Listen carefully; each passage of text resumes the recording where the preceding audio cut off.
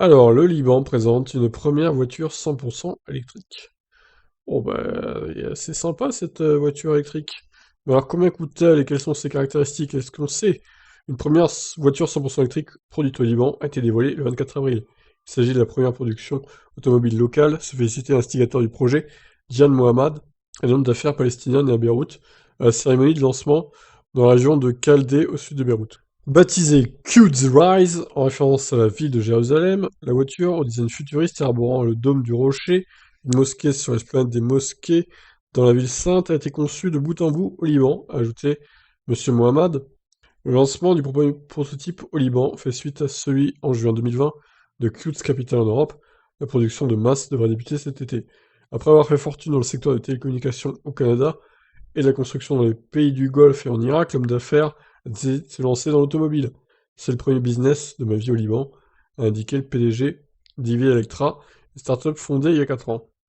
Dans un pays au réseau électrique agonisant abonné aux coupures d'électricité quotidiennes depuis la fin de la guerre civile en 1990, les habitants sont contraints à recourir à des générateurs privés pendant les pannes pouvant atteindre jusqu'à 12 heures par jour. Mais c'est super, mais alors qu'est-ce qui veut lancer une voiture électrique dans ces conditions, quoi?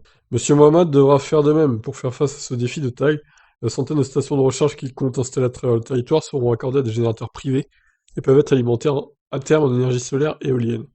Ah ouais, bah il va falloir, là, parce que donc la voiture coûtera 30 000 dollars, c'est-à-dire 360 millions de livres libanaises au taux du marché noir, après l'effondrement de la monnaie nationale qui a perdu en 18 mois plus de 85% de sa valeur face au billet vert. Donc tout va bien au Liban, hein. 360 millions, ça paraît tellement énorme. Mais à cause de la crise économique et de la baisse vertigineuse du pouvoir d'achat des Libanais, IV Electra, pour tenter d'écouler son produit, propose l'échelonnement de 50% du montant sur 5 ans sans intérêt. Bah dis donc, hein, il est sympa lui. Il ambitionne de vendre au Liban quelques 10 000 exemplaires de Quds Rise d'ici à un an, même si le marché automobile a été durement frappé par la crise économique. 62 voitures neuves importées ont été vendues en janvier et février 2021, une chute de 97% sur un an, selon les chiffres de l'association des importations d'automobiles. Ouais, bon, inutile de faire un résumé, le Liban, ça craint, c'est la crise. Bon, il n'y a pas de... Voilà, mais c'est très bizarre, très bizarre cette voiture quand même. Vu comme ça, on dirait qu'elle est agressive et tout avec ses phares là. Puis la mosquée sur la calandre, ouais, bon, pourquoi pas.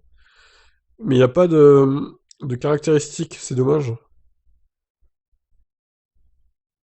On aimerait bien avoir son autonomie par exemple, je sais pas, sa vitesse de recharge, etc. Il n'y a pas ça visiblement. C'est un peu ballot quand même, hein. Bon, bah écoutez, quand on en saura plus, je referai une vidéo au pire. Je vous laisse commenter donc cette Q's Rise. Un nom assez bizarre et une voiture assez bizarre quand même. Étrange engin. Je vous laisse réagir. Ciao.